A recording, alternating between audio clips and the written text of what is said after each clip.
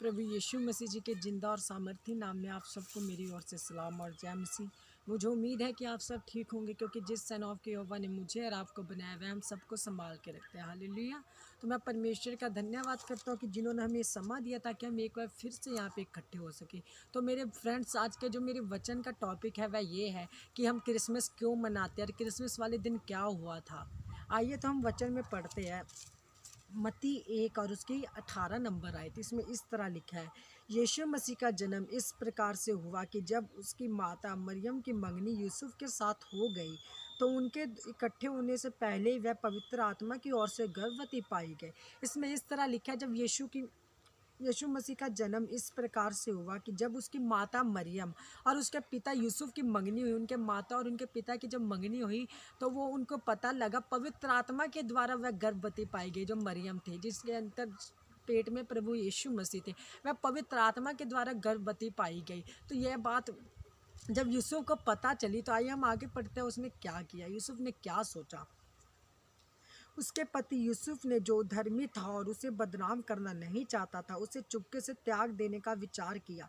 जब यूसुफ को ये बात पता चली कि वो पवित्र स्त्री नहीं है, उसको लगा कि ये पवित्र स्त्री नहीं है, पर वो एक पवित्र स्त्री थी। उसको जब लगा कि वह पवित्र स्त्री नहीं है, उसने उसको त्यागने का सोचा। वह सोचा कि उसने यह सोचा कि मैं इसे त्याग दूंगा, मैं इसे छोड़ दूंगा और मैं यहाँ से चल जाऊँगा। तो आइए हम वचन में पढ़ते हैं आगे क्या लिखा है। जब वह इन बातों के सोच ही में था तो प्रभु का स्वर्गदूत उसे स्वप्न में दिखाई देकर कहने लगा। जब वह ये बात में सोच रहा था, यही बात सोच रहा था कि नहीं, आज मैं उसे त्याग दूंगा, मैं चुपके से यहाँ से चल जाऊंगा, क्योंकि एक वह पवित्र व्यक्ति था। वह उसकी माँ मरियम की बदनामी नहीं करना चाहता था, वह पवित्र बंदा था। वह सोच रहा था कि मैं इसे बिना बताए ही त्याग के और चला जाऊँगा। तो उसे इस स्वप्न में स्वर्गदूत मिला। उसने उससे क्या बातें की, आइए हम आगे पढ़ते हैं। उसने उसे कहा, हे यूसुफ, दाऊद की संतान, तू अपनी पत्नी मरियम को अपने यहाँ से आने से मत डर। उस स्वर्गदूत ने उसे कहा, हे यूसुफ, दाऊद की संतान, तू मरियम को अपने घर में ले आने से मत डर। और उसने ये क्यों बोला कि मत डर, आइए हम आगे पढ़ते हैं। वह पवित्र आत्मा की ओर से है, वह पुत्र जनेगी और तू उसका नाम यीशु रखना। और उस स्वर्गदूत ने कहा, क्योंकि उस गर्भ में जो बच्चा है वह पवित्र आत्मा की ओर से है, वह एक बेटा जन्मेगी और उसका नाम तुम यीशु रखना, क्योंकि वह अपने लोगों का उनके पापों से उद्धार करेगा। हालेलुया। तो आज वचन का यही टॉपिक था कि क्रिसमस क्या है, हम क्रिसमस क्यों मनाते हैं। और बहुत लोग क्रिसमस को एंजॉयमेंट करते हैं, वह सोचता है ये एक फेस्टिवल है, पर इस दिन क्या हुआ था। यह वैसा फेस्टिवल नहीं है कि हमने बस मनाया, ये एक इतिहास का फेस्टिवल है। ये फेस्टिवल में हमें जानना बहुत ज़रूरी है ये चीज़ कि इस दिन क्या हुआ था। और हमें इसे फेस्टिवल सोच के नहीं मनाना है, हमें अपने पिता का बर्थडे सोच के मनाना है। हमें बर्थडे को बहुत अच्छा मनाना है, हमें इस जन्मदिन को बहुत ही अच्छा बनाना है। हालेलुया। तो इस वचन से हमने यही सीखा कि जिस तरह हम कभी कभार चिंताओं में पड़ जाते हैं और हम ये सोचते हैं नहीं ये हम लोग अपनी दुनियावी सोचों में घुस जाते हैं, पर हमें ये नहीं पता होता है कि हमारे जीवन में परमेश्वर की क्या योजना है। यही उसके जीवन में मरियम के और यूसुफ के, जो प्रभु यीशु मसीह के माता पिता हुए हैं, उनके जीवन में परमेश्वर की योजना थी। उसी तरह आज आपके और मेरे जीवन में प्रभु की योजना है, हम पर हमें नहीं पता रहता। हम कोई दुनियावी कामों की सोच में होते हैं, हम कहते हैं नहीं यार ऐसा सब गलत है, ये वह है, ऐसे हम लोगों से पूछने लगते हैं। पर हमें परमेश्वर के आगे घुटने टेकने चाहिए कि परमेश्वर ये बात सही है कि गलत है, आप इसको चाहते हो तो ये हो पूरा। जैसे उसको स्वर्गदूत मिला था, यूसुफ को जैसे स्वर्गदूत ने बातें की, उसी तरह परमेश्वर हमारे ख्यालों में आके, हमारे प्रार्थनाओं में, हमारे वर्शिप में आके हमसे बातें करते हैं, हमारे वचन के द्वारा बातें करते हैं। और वे बातें हमेशा सच्ची होती है। आज तक परमेश्वर की कही गई कोई भी वचन अधूरी नहीं हुई है, सब पूरी हो रही है और होगी। हालेलुया। ताकि हम वचन में आगे पढ़ते हैं। मत्ती 2 और उसकी 7 नंबर आए, इसमें इस तरह लिखा है, जब हेरोदेस ने ज्योतिषों को चुपके से बुलाकर उनसे पूछा कि तारा ठीक किस समय दिखाई दिया था, और उनसे यह कहकर उन्हें बैतलहम भेजा। इससे उस समय की बात है जब उन ज्योतिषों को पता लगा कि यहाँ पे कोई उद्धारकर्ता जन्म है। उस तारे ने, जो आसमान में उसको रात को दिख के उन ज्योतिषों को, वो तारों ने जिसने बताया था, वो तारों ने बताया था। तो वह राजा के पास गए और उन्होंने उससे कहा कि यहाँ एक राजा उत्पन्न हुआ है, एक उद्धारकर्ता उत्पन्न हुआ है, उससे हमें मिलाओ।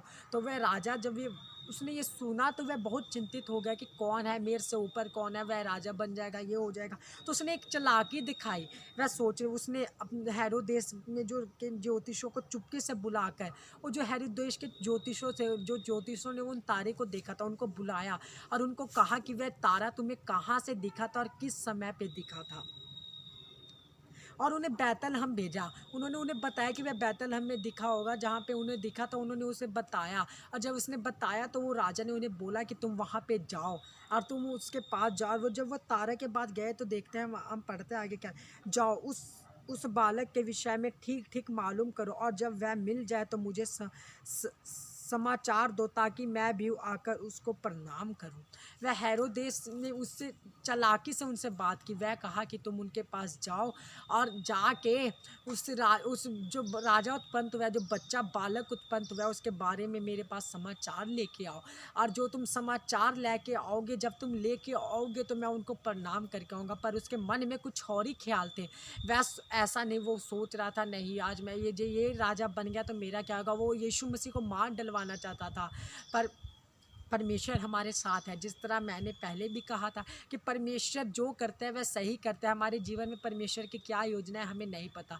जिस तरह उन्होंने यूसुफ के साथ पहले किया था, बाद में कहा, उन्होंने कहा तुम यहाँ से कहीं चले जाओ, और वह वहाँ से चले गए। और जब वहाँ से वह चले गया, उनको वो मिला, और जब ज्योतिष उनके पास गए, ज्योतिष ने यीशु मसीह को देखा, उन्होंने उसको प्रणाम किया, उन्होंने उनको भेंटें दी। तब पवित्र आत्मा ने, परमेश्वर ने उनके दिमाग में बात डाली कि तुम वहाँ पे वापस मत जाना, क्योंकि जब तुम उनके पास वापस जाओगे तो वह आके इस बच्चे को मार डालेगा।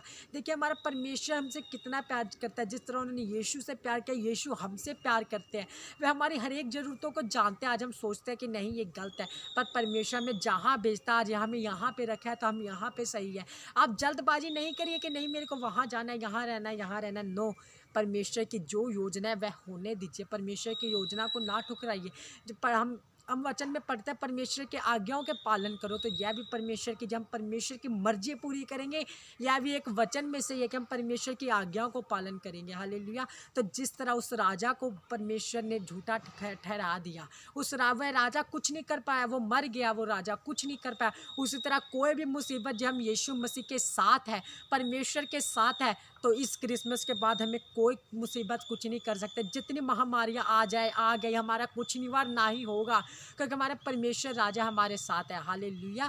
तो आज मेरे को आस होगा कि हम सबको पता लग गया होगा कि हम क्रिसमस क्यों मनाते हैं। हम क्रिसमस इस करके मनाते हैं कि हम परमेश्वर को नाम को ऊंचा करें। क्रिसमस में हमें सिर्फ खाना पीना नाचना ही नहीं ज़रूरी है। हम दूसरों को गिफ्ट्स दे सकते हैं, अच्छे गिफ्ट्स हो सकता है, बाइबल दे सकते हैं, उनको वचन शेयर कर सकते हैं। एक दूसरे को अपने वचन शेयर कीजिए, हमारे वचन शेयर कीजिए, लोग उनको देखें, परमेश्वर में आगे बढ़े। उनको बताओ कि आप परमेश्वर में आगे बढ़े, क्योंकि सबसे सच्चा गिफ्ट यही है। हम परमेश्वर को जो गिफ्ट जो हम लोगों को देंगे, ये देंगे वह देंगे, इससे अच्छा कि आप वचन पर लोगों को दोगे। परमेश्वर का वचन वह सबसे सच्चा गिफ्ट और सबसे बेस्ट गिफ्ट है। हालेलुया। तो आप लोगों को अच्छे से अच्छे गिफ्ट दो और अपनी अपनी क्रिसमस एंजॉयमेंट करो। तो मेरे और से आप सबको जय मसीह की सलाम, happy Christmas and happy new year.